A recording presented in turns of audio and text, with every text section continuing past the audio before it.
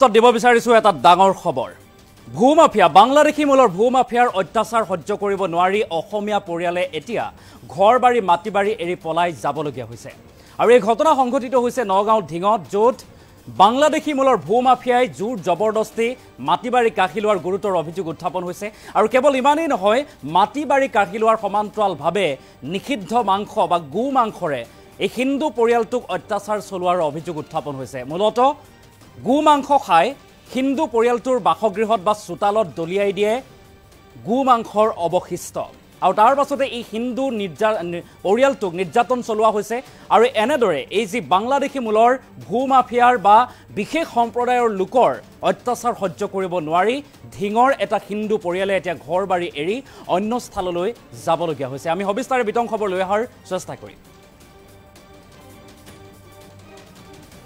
থলুৱা অসমীয়াক বাংলাদেশী মূলৰ ভূমাফিয়াৰ অত্যাচাৰ আৰু এই অত্যাচাৰ সহ্য কৰিব নোৱাৰি ঘৰবাৰী এৰি পলাই যাবলগীয়া হৈছে এটা হিন্দু পৰিয়াল গো মাংস খাই অসমীয়াৰ পৰিয়ালৰ চোতালত পেলাই দিয়ে অৱশিষ্ট আৰু মাটিবাৰী কাঢ়ি বাংলাদেশী মূলৰ ভূমাফিয়াই চলাইছে উপদ্ৰৱ আৰু এই গুৰুতৰ অভিযোগ উত্থাপন হৈছে আৰু অত্যাচাৰ সহ্য কৰিব নোৱাৰি ভূমাফিয়াৰ অত্যাচাৰ সহ্য কৰিব নোৱাৰি এতিয়া মাটিবাৰী এৰিলে ঢিঙৰ এটা অসমীয়া হিন্দু পৰিয়ালে আৰু নিজৰ ভূমি বিক্ৰী কৰিও ভূমাফিয়াৰ পৰা ৰক্ষা নাপালে হলধৰ বৰা নামৰ এগৰাকী বৃদ্ধ লোকে আৰু একাংশ বাংলাদেশী মূলৰ দুষ্ট চক্ৰ আৰু ভূমাফিয়াৰ দাদাগিৰি আৰু এই দাদাগিৰি সহ্য কৰিব পৰা নাই নিৰ্যাতন সহ্য কৰিব পৰা নাই আৰু বিশেষ কায়দাৰে অত্যাচাৰ চলাই মাগুৰ মাৰি এৰিবলৈ বাধ্য কৰে হিন্দু পৰিয়ালক আৰু কিন্তু ভূমাফিয়া ৰূপী সমীৰ উদ্দিন যিগৰাকী ভূমাফিয়া সমীৰ উদ্দিনে দাদাগিৰি চলাই গৈছে হলধৰ বৰাৰ পৰিয়ালক আৰু ইফালে হলধৰ বৰাৰ মাটি ক্ৰয় কৰি এতিয়া বিপদত পৰিছে আন এগৰাকীৰ লোক সেইগৰাকী হৈছে ফয়জুল হক আৰু হলধৰ বৰাৰ লগতে ফয়জুলৰ মাজত বেমেজালিৰ সৃষ্টি কৰিছে ভূমাফিয়া সমীৰ উদ্দিনে ভূমাফিয়া সমীৰ উদ্দিনৰ বিৰুদ্ধে গুৰুতৰ অভিযোগ উত্থাপন হৈছে আৰু থলুৱা অসমীয়াক বাংলাদেশী মূলৰ ভূমাফিয়াৰ অত্যাচাৰ আৰু এই অত্যাচাৰ সহ্য কৰিব নোৱাৰি এতিয়া অসমীয়া পৰিয়ালে নিজৰ ঘৰবাৰী মাটিবাৰী এৰি পলাই যাবলগীয়া হৈছে আমি কিছু দৃশ্যাংশ দেখুৱাইছোঁ এনেদৰে এইসমূহ মাটি আৰু এইগৰাকী হৈছে ভূমাফিয়া এই ভূমাফিয়া গৰাকীৰ বিৰুদ্ধে গুৰুতৰ অভিযোগ উত্থাপন হৈছে আৰু এইগৰাকী ককা বা বৃদ্ধ হলধৰ বৰা তেখেতৰ মাটি তাৰ পাছত এইগৰাকী ফয়জল হক তেখেতে ক্ৰয় কৰিছিল আৰু এই হলধৰ বৰা আৰু ফয়জল হকৰ মাজত এটা বেমেজালিৰ সৃষ্টি কৰিছে এগৰাকী ভূমাফিয়া তেখেতৰ নাম হৈছে সমীৰ উদ্দিনৰ দাদাগিৰি গুণ্ডাৰাজ আৰু তাৰ পাছতে এতিয়া অতিষ্ঠ হৈ পৰিছে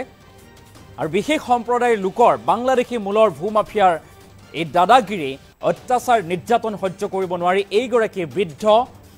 হলধৰ বৰা ওৰফে হলধৰ সূত্ৰই নিজৰ ঘৰবাৰী এৰি অন্য স্থানলৈ যাবলগীয়া হৈছে মাগুৰ মাৰি এৰি এতিয়া ঢিঙত আশ্ৰয় ল'বলগীয়া হৈছে অৰ্থাৎ হিন্দু পৰিয়ালটোক বিশেষ সম্প্ৰদায়ৰ লোকে অত্যাচাৰ চলোৱাৰ গুৰুতৰ অভিযোগ উত্থাপন হৈছে আসলতে কি হৈছে ঘটনাটো কি মন্তব্য আছে দুইগৰাকী লোকৰ মন্তব্য আছে আমি প্ৰথমে যিগৰাকী মাটিৰ বিক্ৰেতা হলধৰ বৰা বৃদ্ধগৰাকীৰ বা মাটিৰ গৰাকী এইগৰাকী লোকৰ মন্তব্য আমি প্ৰথমে শুনোৱাৰ চেষ্টা কৰিম তেওঁলোকে গো মাংস খাই গো মাংস টোপোলা আনিবলৈ মোৰ দৰ্জাৰ মুখত মানে টোপোলা আনি থয় ৰাতি আমিতো ক'ব নোৱাৰোঁ আৰু তেওঁলোকে সেইটো বস্তু খায় তেওঁলোকৰ কথা সেইটো আৰু মোৰ লগতে কান্ধুলিমাৰী লক্ষী মহন্তৰ মাটি একেটা সীমা সেইখিনি জেগাখিনি অকণ মুকলি হৈ আছে এইবিলাক বেয়া বস্তু খাই হাড় হুৰ য'ত যি আছে ঠেং থুং চব তাতে পেলাই মোৰ দৰ্জাৰ মুখতে এই অত্যাচাৰ থাকিব নোৱাৰি পেলাই গুচি আহিলোঁ আমাৰ গোটেই গাঁৱৰ মানুহৰ তাত পাম আছিলে এতিয়াও সি যিখিনি জেগাত ঘৰ বনাই বহি আছে সেইখিনি আমাৰ গাঁৱৰ মাটি সমীৰ য'ত বহি আছে সেইটো এখেণ্ডা মাটি আমাৰ গাঁৱৰ মানুহৰ মাটি বুজিছেনে নাই মোৰ মাটি মোৰ পিতাৰ সম্পত্তি মোৰ নাম হলধৰ সূত বৰা গতিকে মই মাটিটো তেওঁকে দিম বেছি মূল্য বহুত কৰিলোঁ বহুত খোচামতি কৰিলোঁ কিন্তু তেওঁ কোনো কাম নাই বদমাচি কৰি পেলাই খালি পলাই তাৰপিছত গৈ পেলাই মই উপায় নাপাই পেলাই মোৰ মাইকী মানুহৰ কাৰণে ফয়জলক মাটিটো মই বিক্ৰী কৰিলোঁ বহুত কম দামত দিলোঁ মোৰ উপায় নাই মোৰ বিপদৰ সময় বুজিছেনে যি হওক যি পইচা দিয়া হওক আৰু কিবা এটা কৰিবলৈ দিলোঁ আৰু তেওঁ দৌৰক তাক যেন সি এনে বদমাচি কৰি মানুহটোৰ ওপৰত অত্যাচাৰ কৰি আছে সমীৰে বদমাচি কৰি মানুহটোৰ ওপৰত কিছুমান মানুহে অত্যাচাৰ কৰাৰ চেষ্টা কৰিছে আৰু মানে মোকো বেয়া কথা কয় মই শুনিছোঁ বেলেগ মানুহৰ মুখে মই নিজে কাণে শুনা নাই যেতিয়া সেইটো কথা মই নধৰোঁ তাক মই ওচৰত পোৱাহেঁতেন থাপ মাৰি ধৰি মাটি ল'বলৈ দিছিল মোৰ বাৰু তই মাটি কিনিবি মই গৃহস্থ আছোঁ তই মোৰ তালৈ আহিব লাগে আহি কথা বতৰা পাতি তেতিয়াহে কথাটো হ'ব তুমি মাটি কিনিবা কোনোবা এটা তোমাক বনস্থ কৰিব নে মাটি অৰ্ডাৰ কৰি আনি দিব নেকি এইটো কথা হ'ল নেকি ইমান এনেকুৱা মিছলীয়া মানুহ এনেকুৱা দিয়ক মানে ৰাস্তাটো বনাওঁ আমাৰ ৰাইজৰ বোলো হওক লওক নিয়ক সেই ৰাস্তা বনাইছে মোৰ পৰাও নিচাৰোঁ অইন মানুহৰ পৰাও নিচাৰোঁ সেইবিলাক মানুহ কেনেকৈ আনিছে মই নাজানো আৰু মই কোনো পইচা পৰি লোৱা নাই মই দিছোঁ ৰাস্তা বনালে সেই পুখুৰীটোত মাছ যথেষ্ট মাছ ৰয় দ পথাৰ নহয় সিহঁতে এটা মাছ নিদিয়ে মোক বুজিছে ইমান বদমাছ আৰু আমি সেই মন্তব্য শুনোৱাৰ চেষ্টা কৰিলোঁ এনেদৰে হলধৰ সূত্ৰ বা হলধৰ বৰা নামৰ লোকগৰাকীয়ে অভিযোগ উত্থাপন কৰিছে যে হিন্দু পৰিয়ালটোক এটা বিশেষ সম্প্ৰদায়ৰ লোকে অত্যাচাৰ চলাইছে মানসিক নিৰ্যাতন চলাইছে আৰু গো মাংসৰ অৱশিষ্ট অসমীয়া বা হিন্দু পৰিয়ালটোৰ চোতাললৈ দলিয়াই দিছে বুলি গুৰুতৰ অভিযোগ উত্থাপন কৰিছে অৰ্থাৎ বাংলাদেশী মূলৰ ভূমাফিয়াই এনেদৰে উপদ্ৰৱ চলাইছে এটা অসমীয়া পৰিয়ালক বা থেলুৱা খিলঞ্জীয়া হিন্দু পৰিয়ালক আৰু সমান্তৰালভাৱে এইগৰাকী হলধৰ বৰাৰ পৰা মাটি ক্ৰয় কৰি এতিয়া মাটিৰ কিনোতা বা ক্ৰয় কৰোতা ফয়জুল হক নামৰ এগৰাকী লোকো এতিয়া বিপদত পৰিছে যিহেতু বেমেজালি সৃষ্টি কৰিছে ভূমাফিয়া সমীৰ উদ্দিনে এই সন্দৰ্ভত ফয়জুল হকৰ মন্তব্য আছে মাটিৰ ক্ৰয় কৰোতা হলধৰৰ পৰা মাটি ক্ৰয় কৰোতা ফয়জুল হকে কি কৈছিল সেই মন্তব্য আগবঢ়াইছোঁ আজি ৩-৪ দিন আগত মোৰ বিৰুদ্ধে লিংক চাৰ্কুল অফিচ লগত জড়িত কৰি কিবা এটা অপপ্ৰচাৰ চলাইছে সেই সম্পৰ্কে মই অলপ জনাব বিচাৰিছোঁ আমাৰ এই ডিং টাউনৰ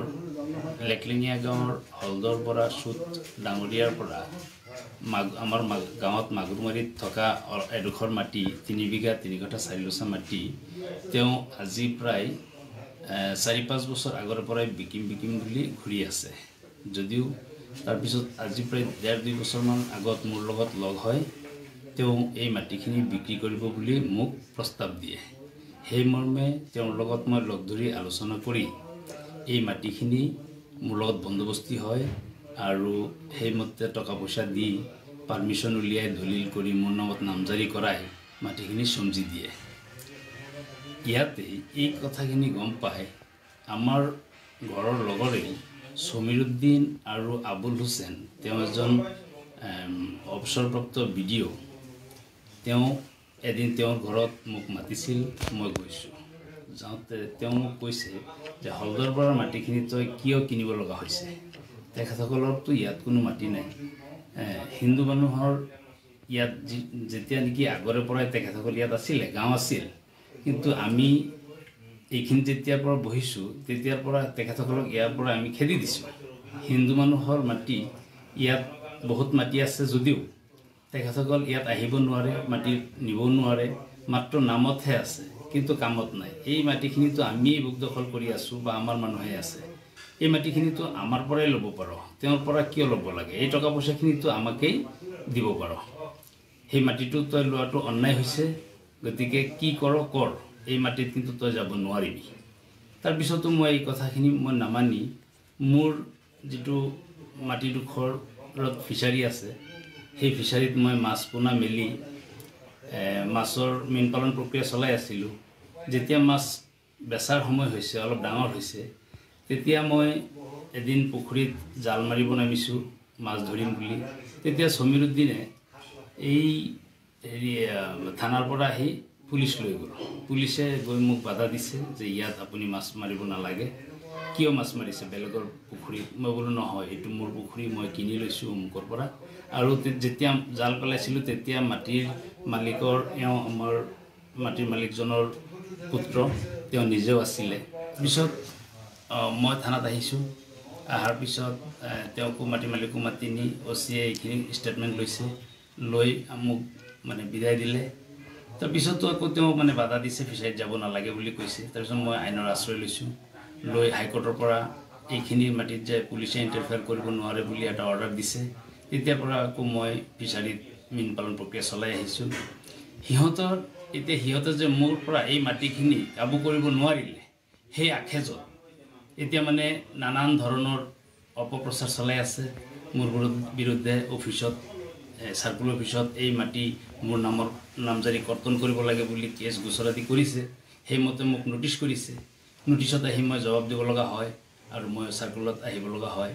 আৰু সেই সম্পৰ্কে মই এটা চিভিল কেছো চলাই আছোঁ আৰু সেই কেছৰ হিষ্ট্ৰী মই ইয়াত জমা দিছোঁ। মই পৰদিনাখন CEO ছাৰক জমা দিছোঁ। সেই যেতিয়া জমা দিবলৈ আহিছোঁ, তেতিয়া সেই আখেজত ইহঁতে মানে আহি বেলেগ কিবা মিডিয়াৰ মানুহ আনি পেলাই মোক ইয়াত সোধপোছ কৰিছে। বাই ফ'ৰ্চ মোক দালাল স্বৰূপ স্বীকাৰোক্তি দিব লাগে বুলি প্ৰেছাৰাইজ কৰিছে। যদিও মই দালাল নহয়, মই বেলেগ মানুহৰ কাম নকৰোঁ, নিজৰ কামেই নিজে মই কৰি আছোঁ। মই কিয় এই বস্তুটো মানে স্বীকাৰ কৰিব লাগে, তাকেই মানে আজি মই জনাব বিচাৰিছোঁ। এই আখেজত ইহঁতে মোক মানে গোটেই ষ্টাফসহ মানে বদনাম দিয়াৰ এটা অপপ্ৰচাৰ চলাইছে। তেওঁলোকে গোমাংস খায়।